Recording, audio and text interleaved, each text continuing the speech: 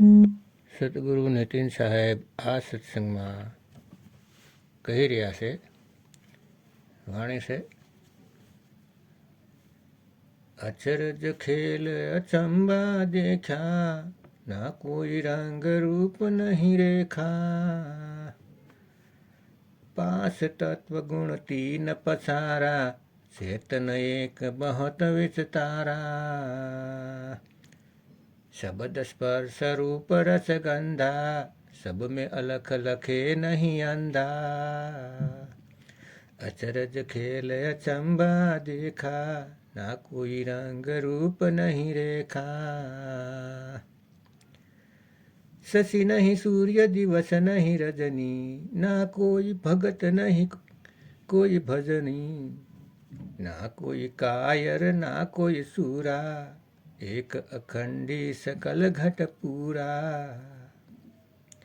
अचरज खेल अचंबा देखा, ना कोई रंग रूप नहीं रेखा, सून नहीं धन धरण नहीं मगना, पीवत प्रेम भयो मन मगना, शब्द नजर से बुद्धि न परसे, चैन की बूंद बही नित दरसे, अचरज खेल अचंबा देखा, ना कोई रंग रूप नहीं रेखा,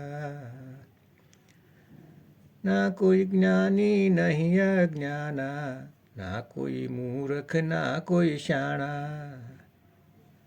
आपे पेटा आपे प्राणा, आपे उलटा आप समाना, अचरज खेल अचंबा देखा, ना कोई रंग रूप नहीं रेखा, जन्म मरण कसु ना होई, कूप की काया कूप के माही,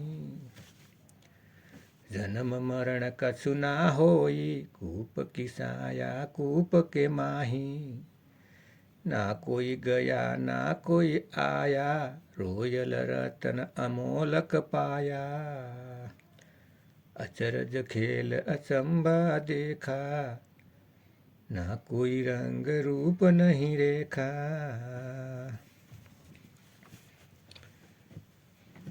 વાણી કહે છે કે મેં એક એવો અસંભવ જોયો કે જ્યારે મને ગુરુ પાસેથી શબ્દનું જ્ઞાન મળ્યું અને મેં સાધના કરી, સુરતને શબ્દમાં લગાવી, ત્યારે મને બોધ થયો કે તે અખંડી આત્મરામ ઘટ ઘટમાં વિરાજમાન છે. 5 તત્વ ગુણ 3 પસારા, ચેતન બહુત વિસ્તારા.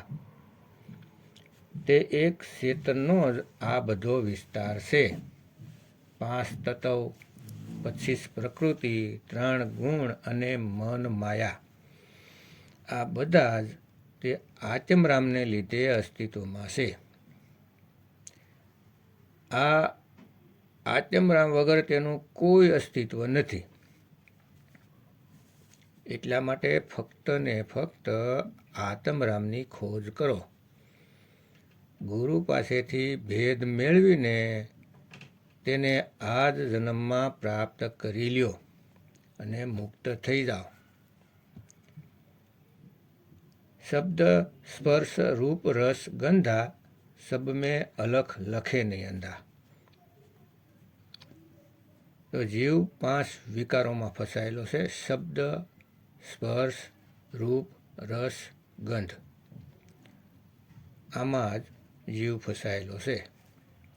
જેમ કે શબ્દોથી ઝઘડો કરે છે કે તે મને આમ કેમ બોલ્યા, તેઓ કેમ મને આમ કહે છે. હંમેશા સારા શબ્દ સાંભળવા માટે ઉત્સુક રહે છે.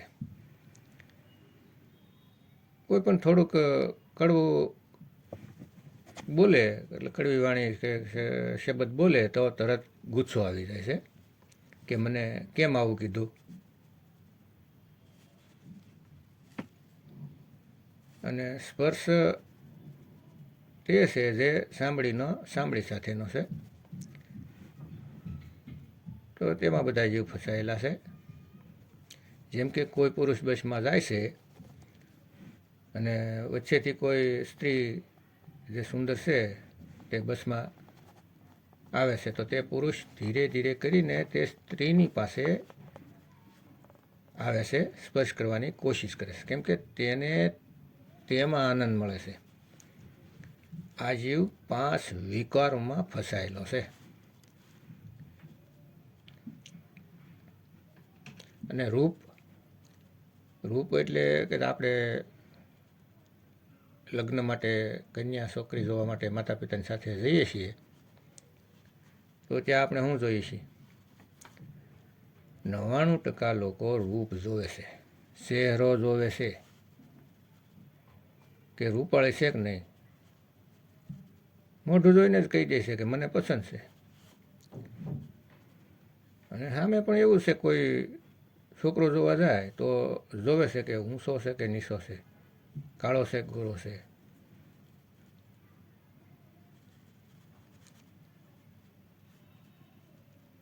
રૂપ જોઈને જ આકે છે. એકવાર પણ વિચાર નથી કરતા કે એનું વર્તન કેવું છે, એનો વ્યવહાર કેવો છે, એની રહેણીકેણીમાં કેવી છે, આપણા ઘરમાં આવીને આપણા માતા પિતાને હાંસવશે કે નહીં તે નથી જોતા. જો કાળી છોકરી હોય તો 99% તો ના જ કહી દેશે. છોકરીની સાથે વાત કરવાથી ખબર પડે છે કે સારી છે, સમજદાર છે, સુશીલ છે, ગુણવાન છે. પરંતુ રૂપાળી નથી તો નહીં, કેમ કે બધાને રૂપવતી જોઈએ છે. તકલીફ આ છે. અને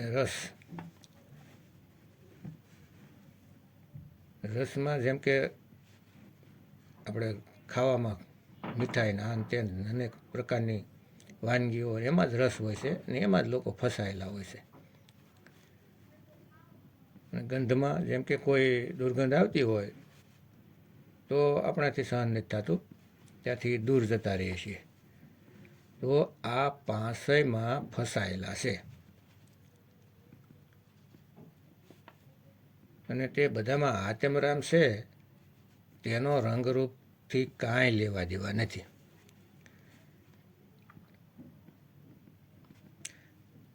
અરે તમે કપડાં નથી, કપડાં તો ક્યારેક વ્હાઈટ ક્યારેક કાળા પહેરી લઈએ છીએ.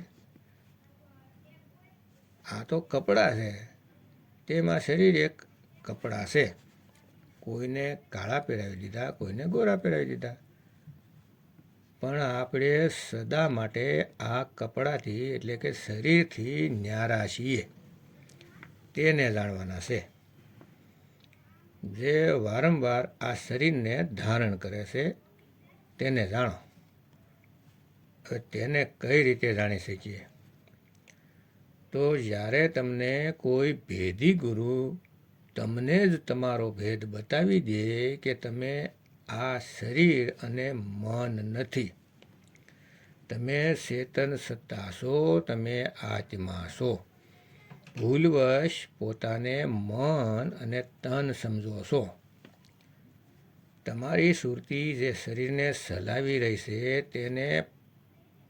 તેમને પોતાનું જ્ઞાન નહીં થાય ત્યાં સુધી તે મુક્ત નહીં થાય, નહીં થાય, નહીં થાય.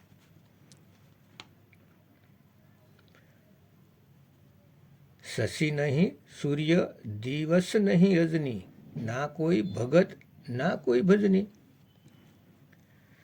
જ્યારે તું પોતાના સ્વરૂપને પ્રાપ્ત કરી લેશે ત્યારે ત્યાં કોઈ સૂરજ નથી કે સાંજ નથી, નથી દિવસ નથી રાત, અને ત્યાં કોઈ ભગતય નથી ને કોઈ ભજનય નથી, કાંઈ પણ નથી. ત્યાં ફક્ત ને ફક્ત તમારું નિજ સ્વરૂપ છે, બાકી કાંઈ નહીં.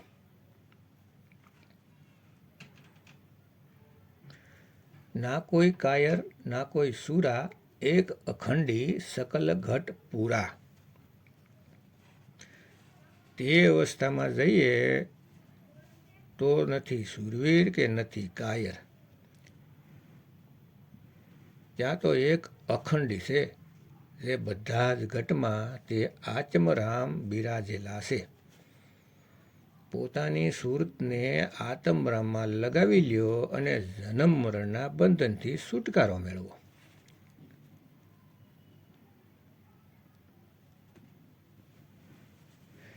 પછી કોઈની જરૂર નહીં રહે. તમે સ્વયં જ સમર્થ થઈ જાઓ અને મન માયાથી પાર થઈ જશો. પણ જ્યારે ભેદી ગુરુ મળશે ત્યારે. જય બંદીશોર. સૂન નહીં ધૂન ધરણ નહીં મગના, પીવત પ્રેમ ભયો મન મગના. ત્યાં સૂન પણ નથી, એટલે કે નિરાકાર પણ નથી. કેટલાક લોકો નિરાકારને પરમાત્મા માને છે. બે હાથની વચ્ચે જે ખાલી જગ્યા આકાશ દેખાય છે તેને,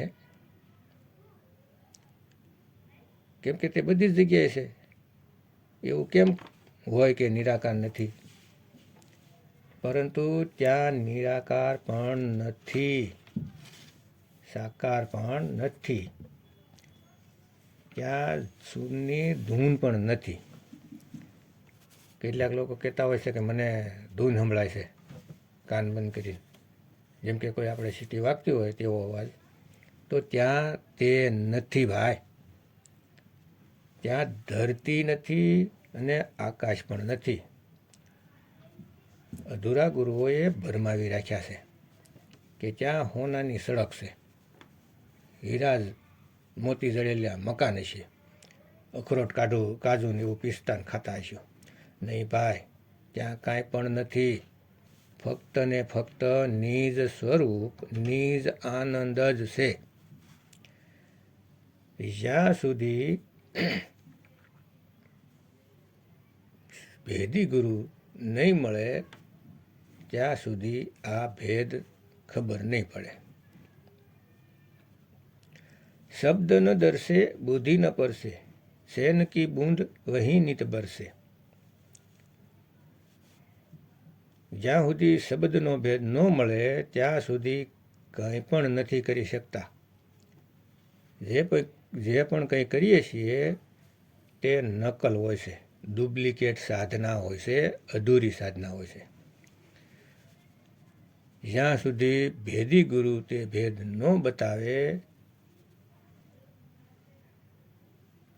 ત્યાં સુધી, અને જ્યારે ભેદી ગુરુ મળે છે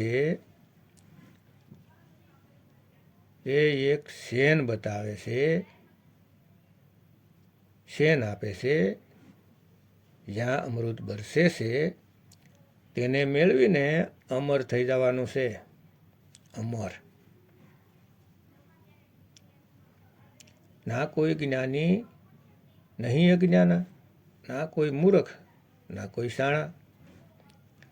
તે અવસ્થાને પ્રાપ્ત કરીને ના તો કોઈ જ્ઞાની રહેશે, ના કોઈ અજ્ઞાની, અને નાય કોઈ મૂર્ખ કે નોય કોઈ શાણું. આત્મજ્ઞાન પ્રાપ્ત થઈ જાય છે તો બધા જ સમાન થઈ જાય છે. ત્યાં કોઈ ફરક નથી રહેતો. આત્મદેવ થઈ જાય છે. સ્ત્રી કે પુરુષ કંઈ ભેદ રહેતો નથી. સ્ત્રી અને પુરુષ એ તો કપડાં છે. તેની અંદર જે પણ ચેતન સત્તા છે તે ના તો સ્ત્રી છે કે ના પુરુષ છે. તે બંનેથી ન્યારી છે. તેને જાણીને મૂળમાં નિજ સ્વરૂપમાં લગાવી દેવાની છે. આપે પેટા આપે પ્રાણા, આપે ઉલટા આપ સમાના.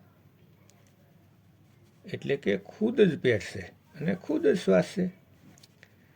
જેમ કે શ્વાસ ખેંચીએ છીએ અને પેટમાં રાખીએ છીએ, એવી રીતે આપે પેટા આપે પ્રાણા, અને ખુદ જ ઉલટવાનું છે અને ખુદમાં સમાઈ જવાનું છે. આપણી સુરતી 5 તત્વ 3 ગુણ 25 પ્રકૃતિમાં ફસાયેલી છે, સંસારમાં ફસાયેલી છે. તેને સમેટીને પોતાનામાં જ લગાવવાની છે. ના કहीं જાના ના કहीं આના, આપે મેં આપ સમાના, આ જ મુક્તિ છે. પણ આ ભેદ ભેદી ગુરુ દ્વારા જ જાણી શકશો, અન્યથા નહીં. જન્મ મરણ કશું ના હોય, કૂપ કી સાયા કૂપ કે માહી. આને સમજી લેશો તો બધું જ સમજાઈ જાય. જન્મ મરણ કશું ના હોય, કૂપ કી સાયા કૂપ કે માહી. એટલે કે 5 તત્વ, 25 પ્રકૃતિ, 3 ગુણ, મન, માયા, આ બધું ચેતનનો પડછાયો છે.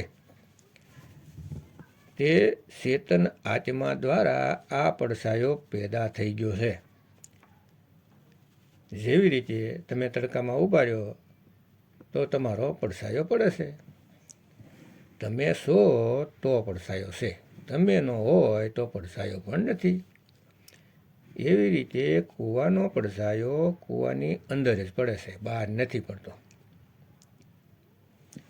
તેને કહે છે કુરુમ, જે પરમાત્માનો પહેલો પુત્ર બતાવવામાં આવે છે અનુરાગ સાગરમાં. આત્માનો જે વિસ્તાર મન, માયા, 3 ગુણ, 5 તત્વ, 25 પ્રકૃતિ, આ બધું તો ત્યાર પછી અસ્તિત્વમાં આવ્યું છે. એટલે આ બધું નાશવાન છે. મન અલખ નિરંજન, માયા અષ્ટાંગી, 3 ગુણ બ્રહ્મા વિષ્ણુ મહેશ. તેમના શરીરમાં સુરતીને નથી લગાવવાની. આને આધીન નથી થવાનું, ફક્ત આત્માને જ સમરવાના છે. કેમ કે આ બધાનો વિસ્તાર આત્મદેવથી થયો છે. સૌથી પહેલાં કુરમ પેદા થયો, એનો મતલબ કે આત્માએ આત્મથી પસાર સુરતી કરતી રહી. જેવો તેણે વિસ્તાર કર્યો, બંધનમાં આવી ગઈ. પહેલાં મુક્ત હતી. જ્યાં સુધી વિસ્તાર નહોતો ત્યાં સુધી સુરતી આત્મામાં જ લાગેલી હતી. પણ જેવો વિસ્તાર થયો તો સુરતી આગળ આગળ સૃષ્ટિ રચના કરતી ગઈ અને ખુદ જ આ બધો પસારો કરીને ખુદ જ ફસાઈ ગઈ. આપે અગન લગાય કે આપે ઝરમર જાય. જંગલમાં વાહડા હોય છે, વાંસના ઝાડ હોય છે, ત્યાં કોઈ આગ લગાવવા નથી જતું, પણ ખુદ જ એકબીજા વાંસ ઘસાઈને અગ્નિ પ્રગટ કરી જાય છે અને ખુદ જ હળગી જાય છે. એવી રીતે આ સુરતીએ પસારો કરી દીધો છે. તેને સતગુરુ ભેદી ગુરુ વગર સમેટી નથી શકતી. ભેદી ગુરુ મળે તો આ જેટલો પણ પસારો કર્યો છે તેને સમેટીને પોતાના મૂળમાં શબ્દ રૂપમાં સમાઈ જાય, નિજ રૂપમાં સમાઈ જાય. પરંતુ અધૂરા ગુરુ જેવો વિવેકહીન છે તેઓએ અનુરાગ સાગરવાસીને કુરુમને કાસબો બનાવી દીધો અને તેના ઉપર કાળ ઊભો રાખી દીધો. અરે ભાઈ, આ 84 પરમાત્માએ નથી બનાવી, સત્પુરુષે નથી બનાવી, એટલું પણ નથી સમજી શક્યા. હું કામ જીવોને ફસાવો છો? ન જ્ઞાન સમજમાં આવતું હોય તો ગુરુ ન બનો. લાખો જીવોને ફસાવાનું પાપ તમારી માથે સરશે. અત્યારે તો ગાડીઓમાં ફરો છો, પણ એક સમય એવો આવશે કે કોઈ મદદ નહીં કરી શકે. અનેક જીવોને નરકમાં જવાનું ફળ ભોગવવું પડશે. તો હજી સમય છે, સમજી જાઓ. મૂળ જ્ઞાનને સમજીને મનુષ્ય જીવન સફળ કરો. આવો સંતો મેલા કીજે, ખાલી હોય તો ભર ભર લીજે, ઓર ભરે હોય તો સક સક પીજે. અરે ભાઈ, ભક્તિ કરવી હોય તો સત ભક્તિ કરો, સબદગુરુની ભક્તિ કરો, આત્મરામની ભક્તિ કરો. હવે આગળ કહેશે કે ના કોઈ ગયા ના કોઈ આયા, રોયલ રતન અમોલક પાયા. કે મેં ગુરુ પાસેથી નામ લીધું, જે નામ જે અમોલ રતન મારી પાસે પહેલાંથી જ હતું. ગુરુએ કાંઈ કાનમાં નથી કીધું ધૂ કરીને. અરે ભાઈ, એ તો આપણી પાસે પહેલાંથી જ છે, પણ ભેદની નથી ખબર. જ્યારે આત્મજ્ઞાન થઈ ગયું તો મારા આવવા જવાનું મટી ગયું. મારી સુરતી ભટકી રહી હતી, તેને ઉલટાવીને આત્મામાં લગાવી દીધી.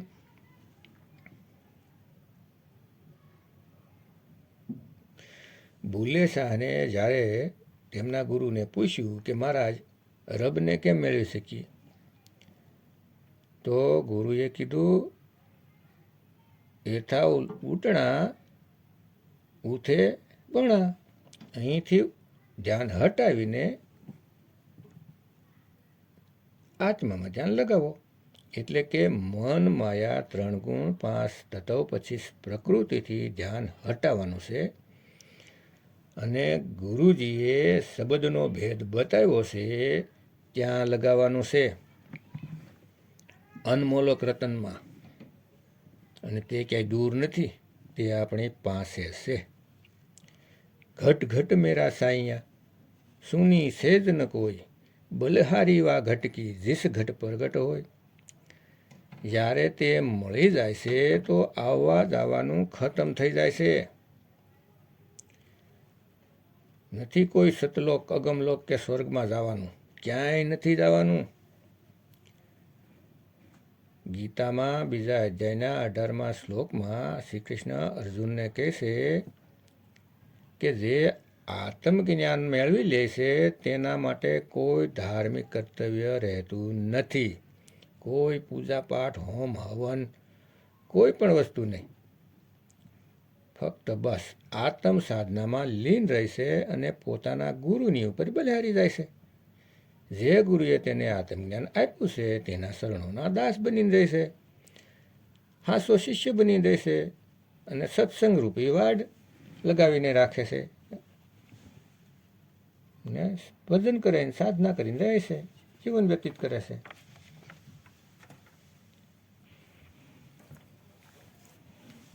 એ તો જ્યારે અચરજનો અનુભવ થશે તો બધાય ઘટમાં તમને જણાશે.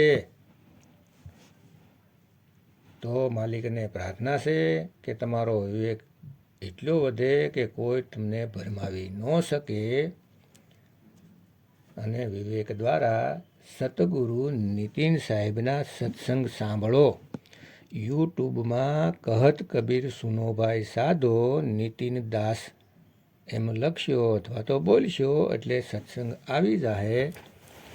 અને એમાં 209 સત્સંગ છે, તો 1થી શરૂઆત કરી અને ક્રમવાઇઝ સત્સંગ સાંભળશો તો જેટલી પણ તમારા મનની અંદર સવાલો, શંકા, કુશંકા હશે તે બધા જ સોલ્વ થઈ જશે. જય ગુરુ નીતિન સાહેબ, જય ગુરુ વૈરાગ સાહેબ, જય ગુરુ મદન સાહેબ, જય જય મુક્તિના દાતા કબીર સાહેબની જય.